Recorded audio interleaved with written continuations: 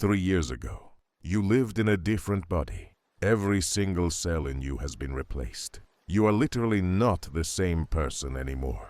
And yet you cling to the illusion that something in your life could stay the same. That this job, this relationship, this feeling, that any of it could last forever. Spoiler, it won't. And that's the best news you'll hear today. Look out the window. If it's spring, it was winter just a few months ago. The trees that are green now were dead, skeletons against a gray sky. And in a few months, they'll die again, rise again, over and over. Nature has never tried to hold on to summer. No tree cries in autumn because its leaves fall. There is no resistance, only process, only transformation. But we humans, we tense up. We cling to people who no longer fit us, to jobs that eat away at our souls, to versions of ourselves that have long since died. We build gravestones for things that want to live, and then we wonder why everything feels so heavy. Here's the truth no one wants to hear. Your body is changing right now. While you hear these words, millions of your cells are dying. Millions of new ones are being born. Your skin is completely new every 4 weeks. Your skeleton renews itself completely every 10 years. You are a river, not a rock. And still, you try to freeze yourself. Do you know what causes the greatest human suffering? Not change itself, but the resistance to it. Buddha recognized it 2,500 years ago. Life is suffering, but he didn't stop there. He said that suffering arises from our attachment, from our desperate attempt to preserve things that were never meant to be preserved. Imagine you're standing in a river trying to hold on to the water. You shape your hands into a bowl, press them together as tightly as you can. But the water runs through your fingers. The tighter you squeeze, the faster it escapes. That's your life when you try to prevent change. Every relationship that has ever broken, how many of them broke because someone tried to freeze the other person? You've changed is the most common accusation in failed relationships. But of course, someone changed. That's the only job we have as living organisms, to change. The person you loved 5 years ago no longer exists, neither physically nor mentally. Their cells are different. Their experiences have reshaped them. Their neurons have formed new connections, cut old ones. And you're not the same either. That's not tragic, that's life. Now it gets interesting. Even your thoughts aren't stable. Neuroscientists have found that your brain produces about 60,000 to 80,000 thoughts per day. That's 2,500 to 3,000 per hour, about 40 to 50 per minute. In the time it took you to hear this paragraph, at least 20 different thoughts flickered through your mind, some consciously, most unconsciously, and yet you identify with them. That's me. That's how I think. That's my personality. Bullshit. You are not your thoughts. You are the space in which they appear and disappear. Thoughts are like clouds in the sky. They pass by. Some are dark and heavy, others light and white. But the sky itself doesn't change. It's just there, endless, allowing everything through. That's the game changer. When you realize that even your deepest convictions are just temporary thought patterns, they lose their absolute power over you. That paralyzing fear you're feeling right now, in 3 hours it will be different. That overwhelming desire may be forgotten by tomorrow. That conviction that you'll never get over it. Your brain will rewrite it, guaranteed. Now let's look deeper. You have seasons within you, just like nature. There are phases in your life when you are spring. Everything is new, exciting, full of potential. You start projects, enter new relationships, feel alive. The energy is high, the possibilities endless. Then comes summer, the phase of fulfillment. The projects bear fruit. The relationship is deep and stable. You reap what you've sown. You're at the peak of your power. But then, and here it gets tricky, comes autumn. Things start to fade. The initial euphoria is gone. The relationship feels routine. The job that once fulfilled you becomes boring.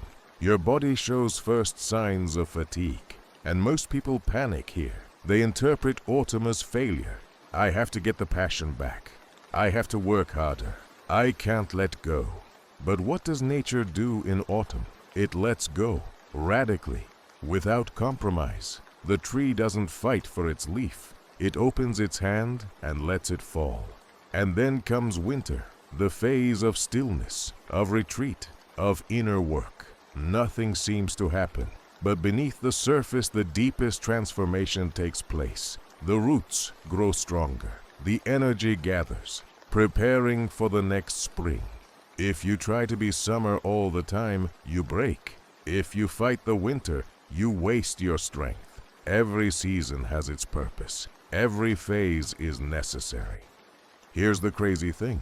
The more you try to hold on to something, the faster you lose it. Have you ever noticed that the happiest moments in your life were those when you didn't want to hold on to anything? You were just there, fully present. No thought about it ending. No fear of loss. But as soon as you start thinking, oh God, this is so beautiful, it must never end, poof, you're out. You're no longer in the moment. You're in the future, in fear, in despair. And that very despair destroys what you're trying to preserve. Relationships don't die because people change. They die because one of them tries to prevent the change. You used to be different. I want the old you back. But the old you was itself only a temporary phase, a snapshot in an endless film. Jobs become torture, not because they change, but because you refuse to change with them. You cling to the role you once fit perfectly, even though you've long since outgrown it. Even your own body becomes your enemy when you try to freeze it in a certain state. You fight aging, wrinkles, gravity, as if you could win, as if anyone ever had. Now comes the part that changes everything. What happens when you stop fighting? Not giving up, not resigning, just stopping the war against the fundamental structure of reality. What happens when you start seeing change, not as a threat, but as what it is, the natural rhythm of life? Suddenly, everything becomes lighter. The relationship that's drifting apart? You can be grateful for what was without desperately trying to resurrect a corpse. You can let go with love instead of bitterness. The job that no longer fulfills you, you can leave. You don't have to justify that you've grown. You don't have to feel guilty that what was perfect 5 years ago is too small now. Your aging body, you can respect it for the journey it has taken with you instead of hating it for every new gray hair. That's freedom. Not freedom from change, that doesn't exist, but freedom within change. Did you know that the most successful, fulfilled people all have one thing in common? They are masters of transformation. They don't cling to old identities. Steve Jobs wasn't just the Apple guy. He kept reinventing himself. Oprah wasn't just the talk show queen. She transformed when the time was right. But it's not about fame. It's about principle. The people who truly live, not just exist, are those who see change as an ally. They surf the waves instead of swimming against them. They don't build houses on sand because they know even the rock won't last forever. They don't invest their entire identity in things that are temporary, not in their job, not in their body, not even in their relationships, not because they're cynical, but because they're wise. They love deeply, but they know that even love transforms. They work hard, but they know that even careers have seasons. They care for their bodies, but they don't define themselves by them. But let's be honest, understanding this doesn't make it easy. There are moments when change hurts like hell. When the person you love leaves, when your body fails you, when your dream dies, when everything you believed in turns out to be an illusion. In those moments, no philosophy helps, no YouTube videos, no inspirational quotes. You will suffer, and that's okay. But here's the difference. You can suffer because something ends, or you can suffer because you believe something ended that should never have ended. The first is clean pain, grief, loss, human, natural.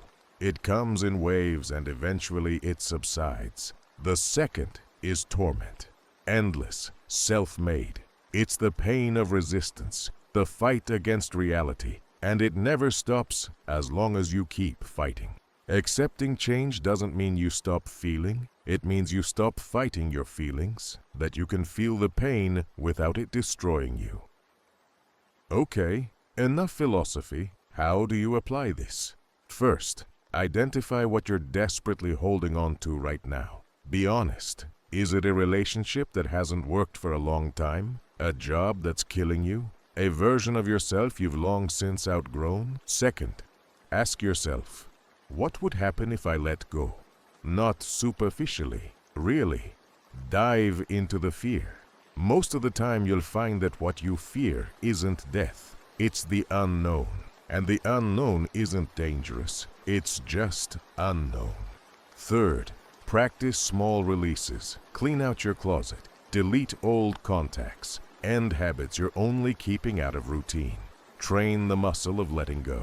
Fourth, observe your thoughts. When you notice yourself thinking, this has to stay this way, or this must not change, pause, breathe, recognize the thought for what it is, a desperate attempt to control the uncontrollable. Fifth, celebrate change actively. When something ends, make a ritual of it. Thank the job, the relationship, the phase of your life, and then move on, with dignity, with awareness.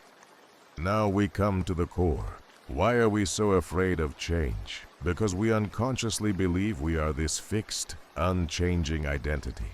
I'm Peter, 35, engineer, married, football fan. But what happens if you lose your job? If the marriage breaks? If you no longer care about football? Who are you then? That question is terrifying, existentially terrifying. But here's the secret.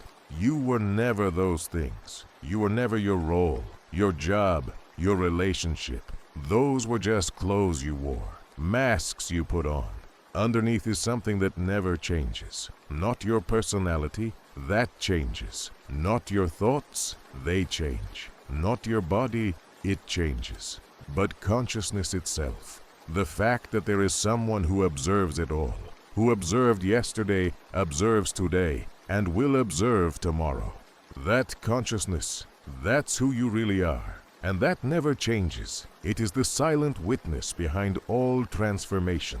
When you realize that, you can fully surrender to change. Because you know, no matter what changes, no matter what you lose, the essential remains. You remain. Not as Peter, 35, engineer, but as pure awareness, witnessing all these roles come and go. So where are you now? Maybe in the middle of massive change. Maybe on the edge of one you've seen coming for a long time. Maybe trying with all your strength to prevent one. Whatever it is, you have a choice. You can keep fighting, keep clenching, keep pretending your willpower is stronger than the laws of nature. Or you can let go. Not give up. Let go.